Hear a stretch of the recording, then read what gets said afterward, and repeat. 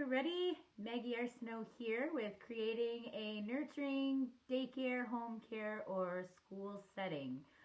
Very excited to be here, very grateful to be here. Okay, so I'm gonna talk about a few things today. I'll talk about how we can get ourselves ready for the day. I'm going to talk about letting them lead. I'm going to talk about my baby, fairy school, and a calm down corner. So I'll start off with what we can do to help ourselves get ready for the day. My morning, I know that a lot of people are rushed. It's morning. But usually I'll go have a workout. I think it's good to do a little something to get you in the zone. If it's journaling, it's journaling. If it's yoga, it's yoga. If it's dancing to music, it's dancing to music. I usually like to do a little something for myself because I know that the day is going to be very busy. I usually got my morning routine down, and then usually before the kids come over, I'll usually burn some sweet grass or some Palo Santo. They're my favorites. Cleanse my aura, cleanse the environment, or essential oils. Orange is great for the morning. I usually burn something, recoup again, send love to each child that's coming, and set an intention for the day. I find that it kind of gets me in the zone. Music is super important. I love Cat Stevens and Bobby McFerrin and the Beatles. They're good. They're great morning starters. I find that the kids feel a little more comfortable when there's a setting in place rather than when I'm rushed and I didn't have time to do anything. It just starts it off nice. Another thing that I like to do is be ready for each child. A big thing that has helped me since starting, I didn't always do it, but I'm definitely going to continue doing it, is to know each child's zodiac sign. So for me, I've got 3 Aries babies here. So I got 3 natural born leaders. And I could have seen that as 3 kids that always want to be, the boss of the situation and get overwhelmed with that. But instead, I see that I got 3 leaders here, and you go with their skills. You go with that rather than try to fit them in a box. I hate that kids get put into a box. They're all souls, just like us. And so, I think it's good. The zodiac sign gave me so much, a way to step back and see each child individually instead of a kid. A big thing for me when I was in college, learning to work with these kids. My college was French, so I was taught about l'enfant roi, which means the king kid, and it broke my heart. We're there to learn how to work with these kids, and we're told that a kid is a king kid and how to deal with this kid. Well, I was like, well, okay, I guess I was a king kid because I had stressors at home that I didn't know how to deal with. And my parents were separated, and my dad would always tell me that I needed to get in touch with my spirituality. And I would always tell him that I had no time. But I think the thing is that I had no tools. I didn't know what spirituality. How do I get in touch with it? My phone, call it on phone. Anyways, so I think seeing each kid as a little individual is very, very important. Just gonna check. So a big part too about getting ready is we need to shield ourselves because these little guys are full of emotions, and we need to make sure that we know that sometimes this energy is not ours, it's the child's. So, shield yourself with your morning routine. I use crystals. Huge one is fluorite. I love fluorite. I love goldstone. I usually have my crystals for my daytime with the kids, and then I have my everyday crystals. But that's just me. But yeah, goldstone and fluoride kind of seem to be the ones that I go to. Fluorite. So yeah, I think that's it for getting ready. If I think of anything, I'll come back. But I think that's good. Yeah, balance yourself. Set the tone. Get to know the kid's zodiac sign. If they're new, make sure to give them one-on-one time to start off with. Yeah. So a big thing that I like to do is I like to let them lead. It gives them confidence. It gives them independence. So an example of that would be we have circle time every morning. So that's when we say hello and we ask everybody how everybody is. So I usually start by saying, so how are we gonna describe our feelings today, guys? And they say ice cream. So we all go around a circle and I feel like chocolate ice cream and I feel like strawberry ice cream. And it goes like that, and it's silly and it's funny. And so usually what I'll do, we're talking about ice cream, I'll continue with ice cream throughout the day. So maybe we'll do an ice cream craft either after, or we'll play ice cream tag. Yeah, because we don't know what each kid is interested in. And yeah, not each kid is interested in saying the ABCs every day. It's important, obviously, but I think kids should have fun. They'll learn their ABCs. I mean, I don't have anything against saying your ABCs. But anyways, so yeah, let them lead. A big thing too is letting them lead was when I started with crystals, I put them all on the table and I turned my back for a second. And I felt like maybe I didn't know enough about crystals, making sure I knew all the grids and all that. And anyways, I put the crystals down and I turned around to have a glass of water, turned back around, and this little guy had his lapis lazuli right here, right on the third eye where it should be. And that was a big one for me. They were both, he'd give it to the other guy and they'd be giggling and playing with it. So they know what's up. We're here to guide them. And if we guide them right, they will teach us so many things. And they're going to take us very far in life if we don't chop their wings and we see them all as individuals. Another thing about letting them lead, I was trying to have a tabletop game one day, but Freddie needed to paint. He's a big painter. He's a great painter. He amazes me. And Miss Katie Indigro was out doing grid work then. She was going across Canada. And Freddie made a painting, and I still think it is Katie. But anyways, it's all blue, and he calls it the blue whale. And so I showed Katie, and she said that whales and the color blue were very present in that time for her. So as I said, I don't know if I said it enough, we need to guiding them, not telling them what to do.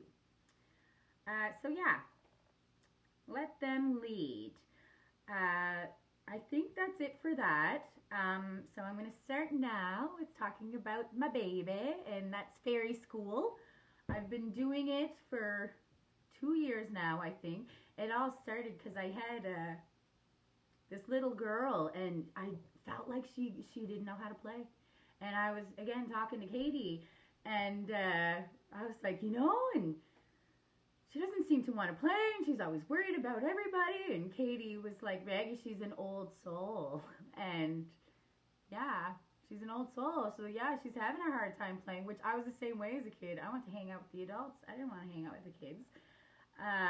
So anyways, realized that, yeah, she is an old soul. And it's with her that I started. I realized that she was really great outside. And so, we'd go outside, and how fairy school started was we were walking in the woods and we were finding fairy treasures, sticks, stones, whatever, and we were putting them in our basket, And then we brought them home and we made crafts, and some people made little grids, and some people brought them home, and some people kept them here.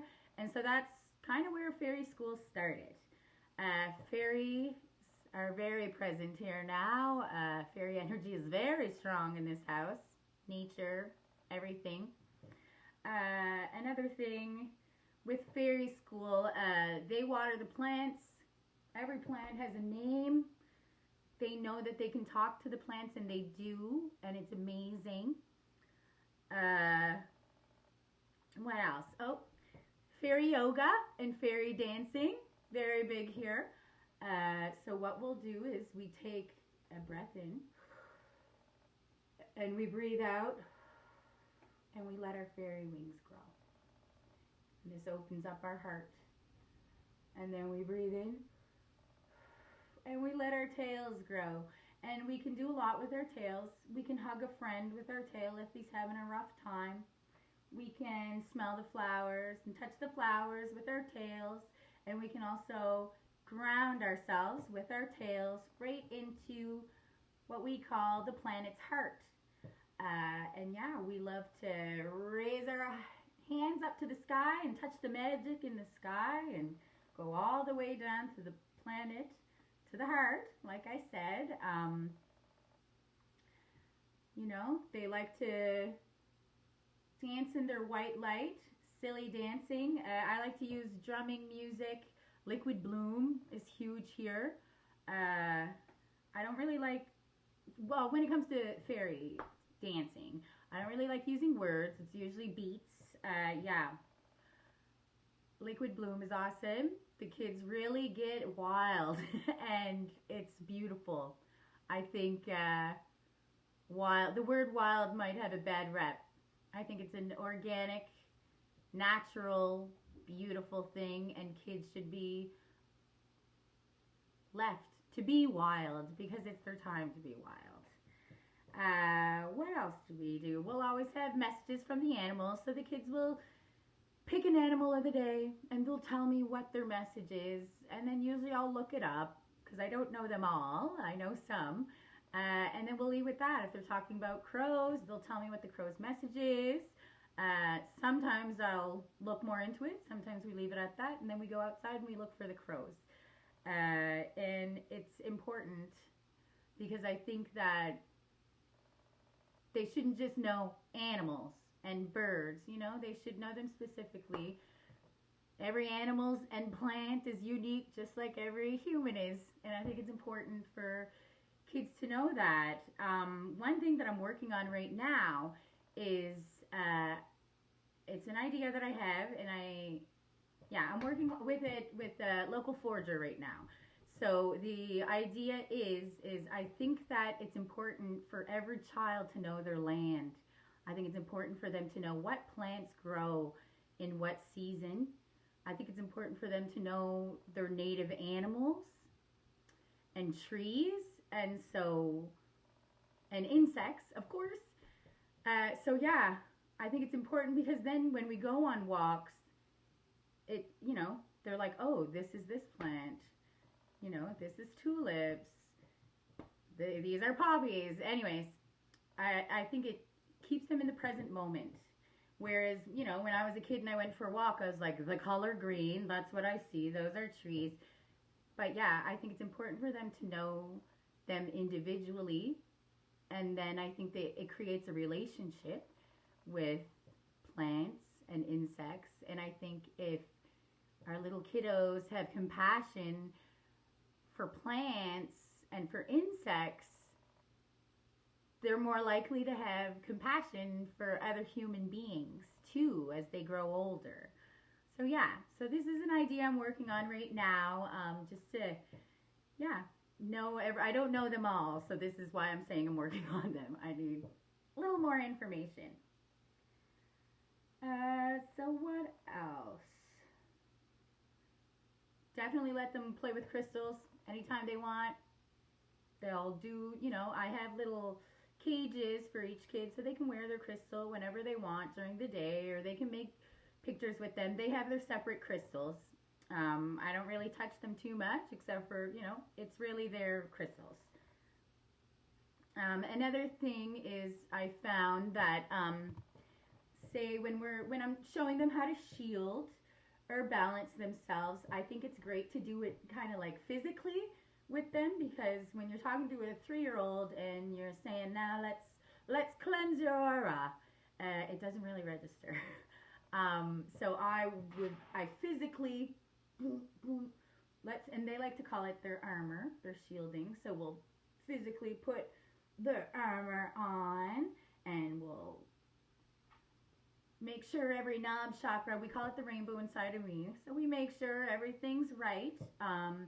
One thing that we do if we're feeling frustrated is called the wiggle giggles. So what I do really is I hold their hands and I wiggle. And I wiggle until they giggle. And it works. It's so simple and it works. And then it makes me laugh. And it's good because a lot of kids, when they're upset at the same time, it can be really stressful. So I think it's really important to find things that make you laugh too.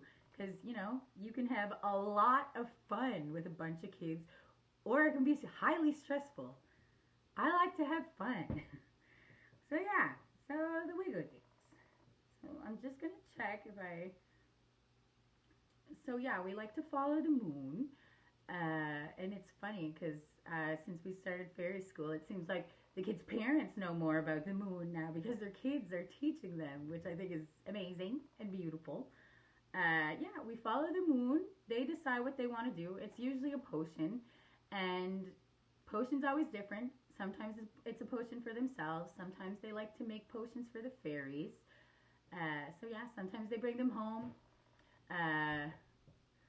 Sometimes they'll go outside and sing a little song and scatter their potion all over the yard, and it's amazing and hilarious and beautiful. I always have dried flowers everywhere, so that's usually what they use for their potions, and they use some crystals. So that's fairy school. I think I said everything there. If I think of something, I'll just come back. So another thing that we do here is called Calm Down Corner. Obviously, it doesn't have to be a corner. That's just kind of the name that came throughout our implementing it in our days. So the Calm Down Corner, because I truly believe that there are no bad kids. I can't even believe that we'll say that a kid does something bad. Kids are learning. No. There's no bad, and coming from a kid that maybe grew up feeling like they're a little bit of a bad kid, if you keep telling a kid that they're bad, sometimes they'll want to show ya, I'll show you what bad is. Well, anyways, that's kind of what I did. So yeah, I think that it's important that we don't do that anymore, so that kids can develop into who they're meant to be. Anyway, so we have Calm Down Corner. And what I have in Calm Down Corner is a few objects. One is a fan, because a lot of kids, when they get upset, actually physically get hotter. So Freddie's a big one for the fan. He likes to fan himself off. I got a kaleidoscope there, because, you just want to distract them. You want them to get their energy out. And sometimes if they need to, if they're really cranky, we get our dragon out, because we got dragons in our bellies, or bears, or whatever they feel like, a wolf, and we'll yell it out, because sometimes that feels good and sometimes we need it. So yeah, at the Calm Down Corner, if say, two kids get into a little squabble, I'll go over, I'll calmly take the child that I feel like, sometimes it's two kids, whatever, you sit down with them and you breathe deeply and you talk to them if they want to talk, or you don't, but you center yourself, because you're probably going to need some calming down too. You center yourself do your deep breathing, and they'll start deep breathing with you. And yeah, it's worked so much better than a timeout. A big thing that, the most popular object at the Calm Down Corner is our mindfulness jar. I know, it's beautiful with the black tape. So it's just sparkles in a jar. And it's a great way to show the kids that, sometimes when we're upset, our feelings kind of go crazy and they stir up. But if we just sit and we watch the sparkles and we breathe, soon enough our emotions will calm down just like the sparkles. I think visual aids are great. Volcanoes are great to show the kids, how our body feels when it's upset. We've definitely done the volcano a few times. What else? Drinking from a straw actually really helps kids calm down too, which is random, but I always offer them, a drink out of a straw if they want to. If we're outside, what I like to do for the Calm Down Corner is pretty much what I do if I get a little stirred up when I'm outside. Lay down, look at the sky, look at the clouds. What shape are they? Look at those trees over there, when we're sitting down with them here. How old do you think those trees are? Did you know that trees can communicate? You just, you let them take a second and you distract them. It's a lot better than telling them that they did something bad. Because again, they're learning, and they're not going to learn if we keep telling them what they're doing is wrong. Obviously, you can guide them. But no bad kids. There's no bad kids. And of course, the kids are always welcome to go into the Calm Down Corner, even, if they're not upset, if they just have a lazy day. Because the thing is kids are just like us. Sometimes they have lazy days too. And I think that's a great thing about letting them lead, because just like me, sometimes I feel like sitting on the couch. And I don't feel like running around. And so, yeah, give them that space. Let them show you what they want. And if they don't want to participate, that's cool too. I have a little cancer baby, a little girl. And yeah, she doesn't often like being part of the crew. And that's okay, because she's sitting there and she's using her imagination and she's flying through the sky on unicorns and battling monsters. And she comes around when she wants to. And when she doesn't want to, she's on her own and she's building her independence. And she's building her own unique little way of being. And I think that's great.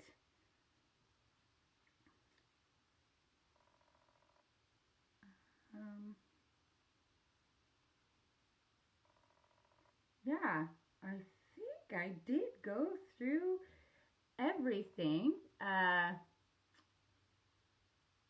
hope you guys liked it. I am, again, so grateful to be part of this. I think what we're doing is amazing, and I can't wait to hear from everyone. So much love.